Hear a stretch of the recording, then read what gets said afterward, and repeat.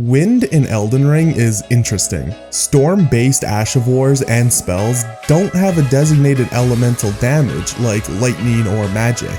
So, with the exception of one talisman introduced in the DLC, they don't really have anything designated to making them stronger. That's also what makes them broken. Because to make up for this, storm damage scales with physical damage, which is also the damage type that you can do the most broken stuff with. So I set out to test the limits of wind in Elden Ring, and see how much of the game I can break by releasing my inner Aang on the lands between. So like the video, sub for more Elden Ring nonsense, and let's get into it. After turning myself into a nightmarish interpretation of The Last Airbender, my first stop was Bernal. Bernie sells the most broken storm-based Ash of War in the entire game, and for dirt cheap, the Ash of War Stormblade. Next, I did a bit of looting, but this has a surprisingly simple setup. I just had to kill this poor fella that just so happens to have broken loot in his pocket, and I had to say hi to Alexander.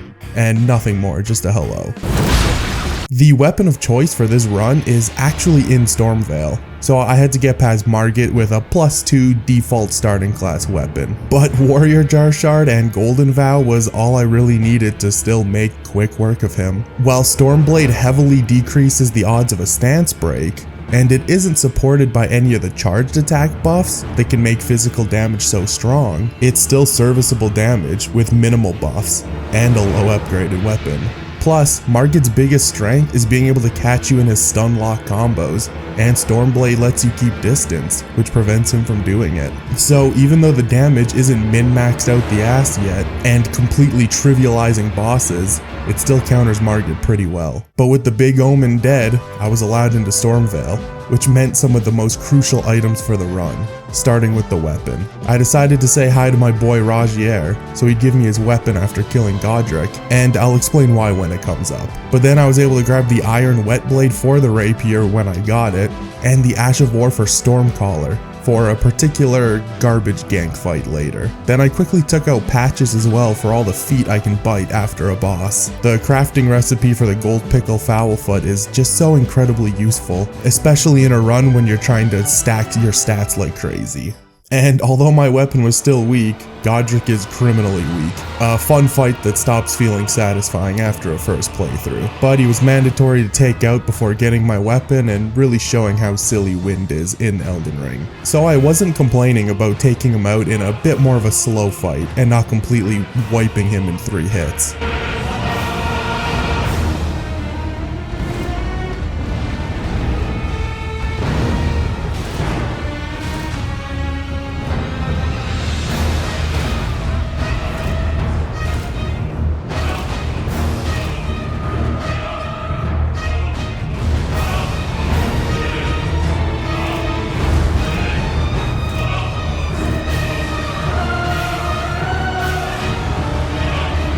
Hey, fuck this shit, I'm jerking off. And with him dead, I grabbed his Great Ruin, and it was time to really showcase the strength of the Stormblade. Stormblade is interesting because it's not actually scaled with the scaling of the weapon. Its base damage and scaling is just based on the upgrades. So I just took the time to run through some tunnels and get my weapon all the way to a +18. And I chose Rajier's Rapier because with Keen Infusion, it got A scaling on dexterity. This meant any hits that also connected with the weapon could deal really good damage if I min-max it. And more importantly, it's a really light weapon. And that's what ends up being another huge damage boost. Having a light weapon that scales with dex meant I could get the most out of the Blue Dancer Charm, an incredible talisman that grants a damage boost based off how low your equipment load is. And on top of that, the Ritual Sword talisman granting me another damage boost when my health was at full. And I think this Godskin Noble fight speaks for itself.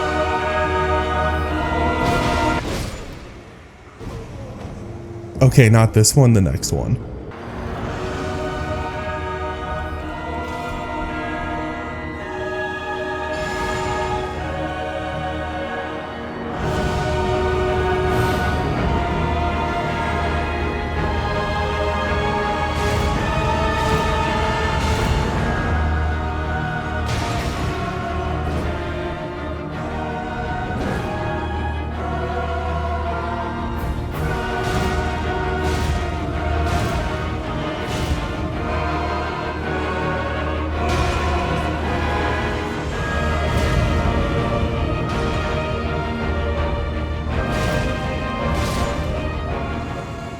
Red Wolf has a small health pool and he got 3 tapped, and this was all still with only 2 talisman slots. Renala's first phase was a 1 cycle, and the range let me pretty effortlessly shred through her phase 2.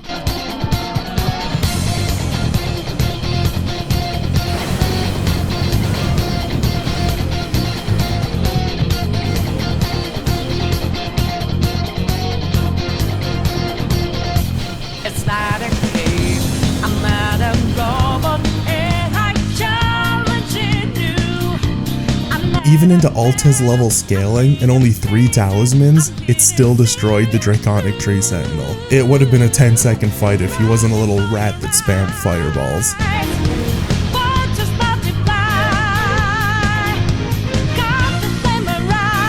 Another one. Another one. Another one.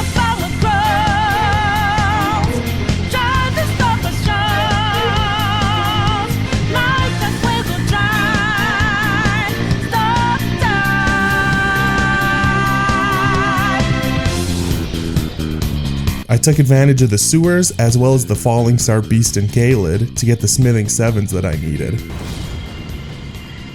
And just look at what a plus 21 does to Goldfree. He gets to half health before even locking in and trying an attack, which is pretty ridiculous, and trivializes bosses even into Altus and on scaling, as you'll see.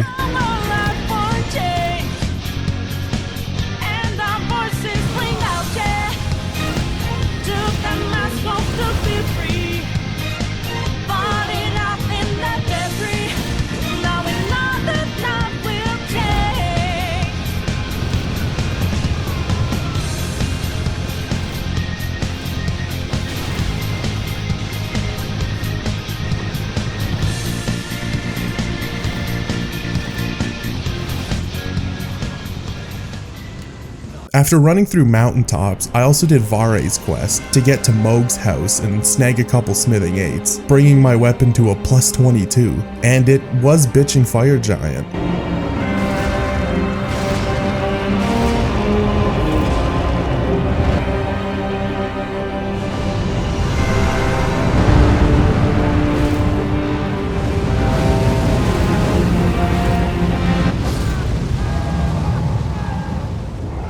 So did this death make me petty and hold off on Fire Giant as long as possible? Yes. So next up was Radahn. And if base game Radahn gave you trouble, this will be cathartic to watch.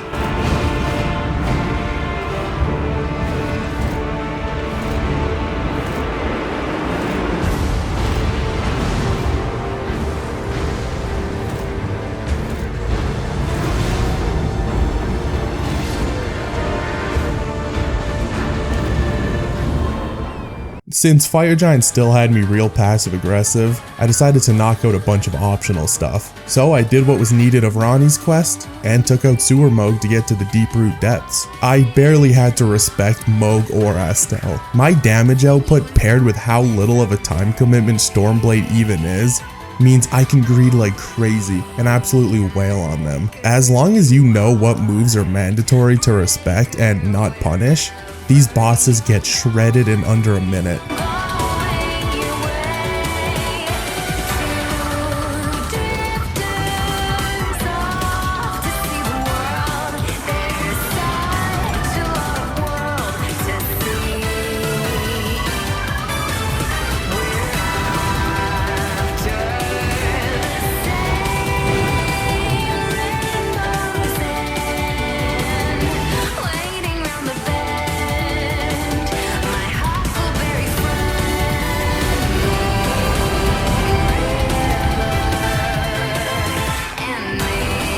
And this even went for Remembrance Mohg. Dude spends so much time counting and flicking his staff that the punish windows are ridiculous for Stormblade, and you can pretty much prevent him from doing anything right until phase 2. I also wanted to prioritize Mohg so that I could get to the DLC, as the DLC gets me the one talisman that is intentionally created for storms.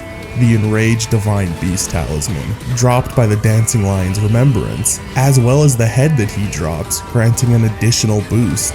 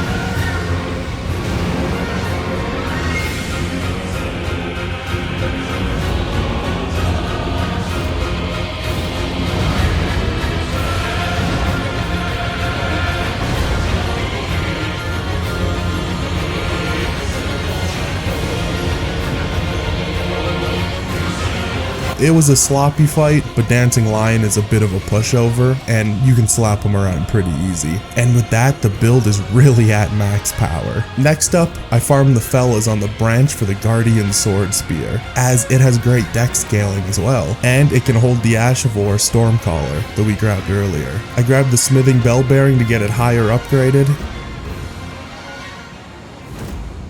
and absolutely shredded Real Loretta for the Dota upgrade.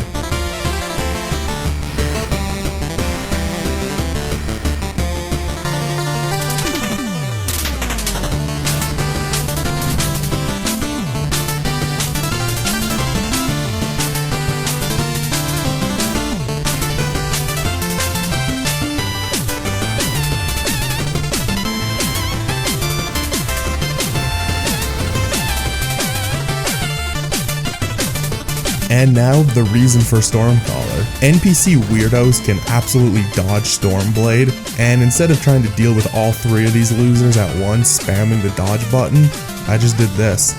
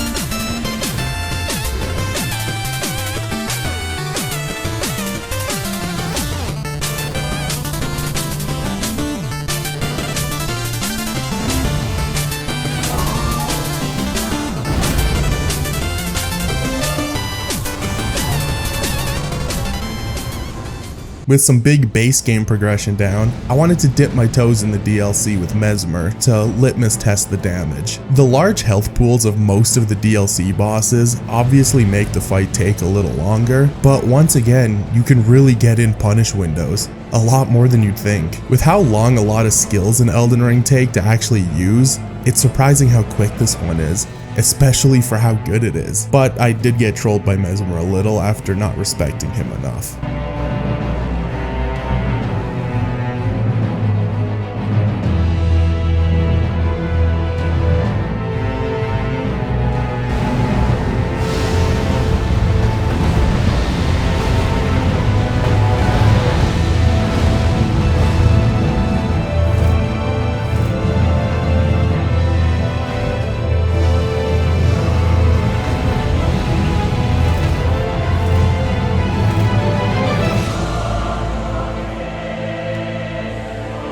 With a good idea of how the DLC would go down, I finished up a bunch of the base game to get my dex stat to 80 and pump in some more health, since the DLC will always just go kinda crazy with damage, no matter how many Scadu Tree fragments you have.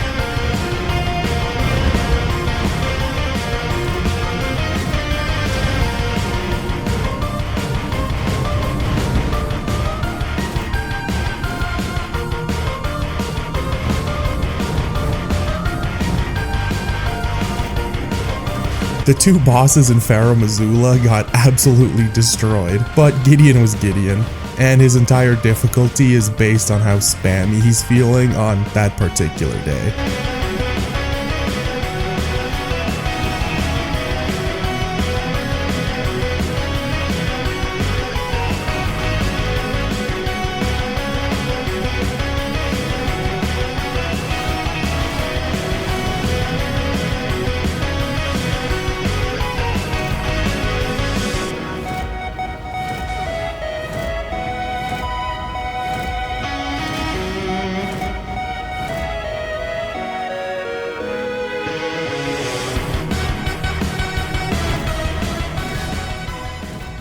And the DLC went pretty smooth. A noticeable damage nerf compared to base game, but I was still chunking through bosses like crazy, just with a few less punishing opportunities on a lot of the bosses.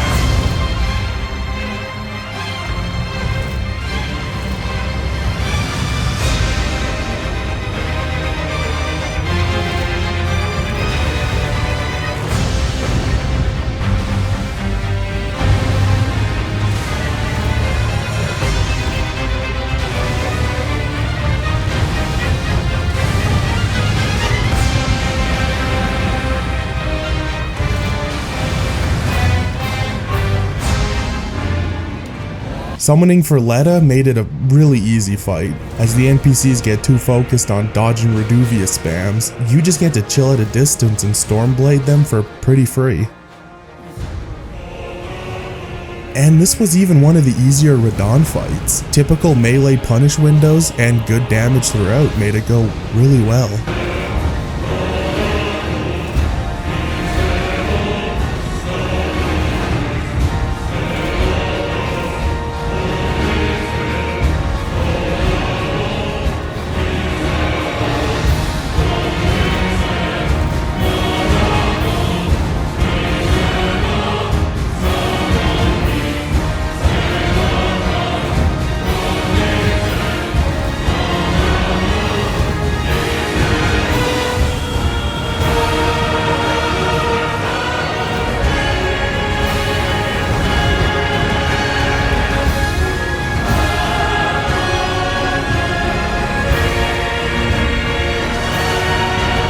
With Radahn dead and the levels from the DLC making me so beefy, Stormblade was melting through even the endgame bosses. This damage output on a fast Ashivor against the final bosses and Malenia is honestly crazy.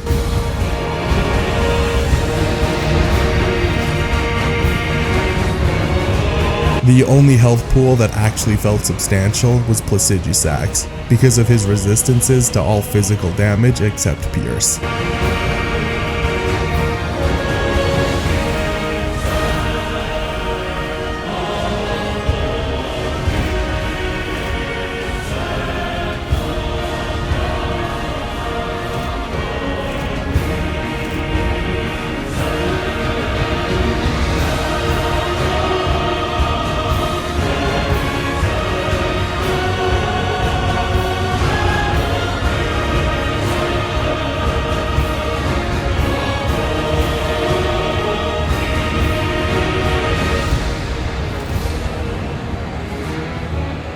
And while I did use Serpent Hunter for phase 2 of Rykard, since it is technically wind, I still use Stormblade for phase 1 just to showcase how it still does so much damage.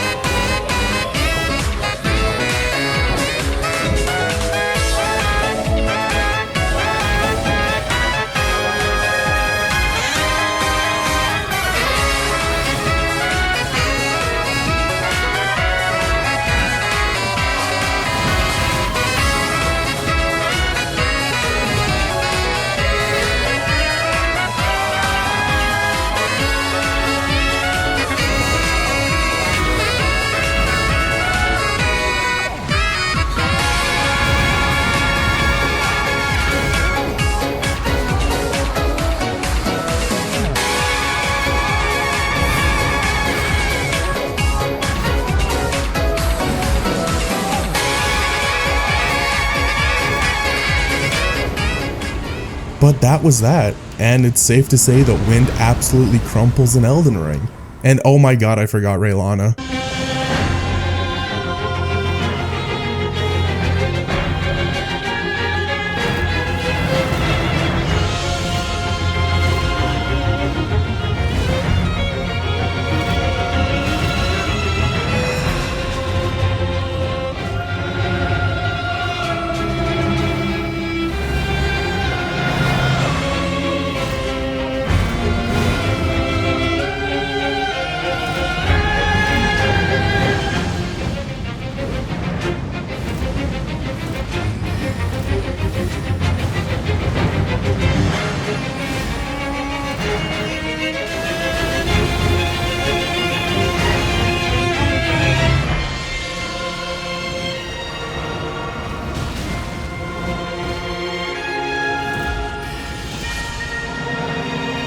And it was safe to say that wind absolutely crumples Elden Ring and makes short work of even the toughest bosses. So like the video if you made it this far, and I'll see you in the next one.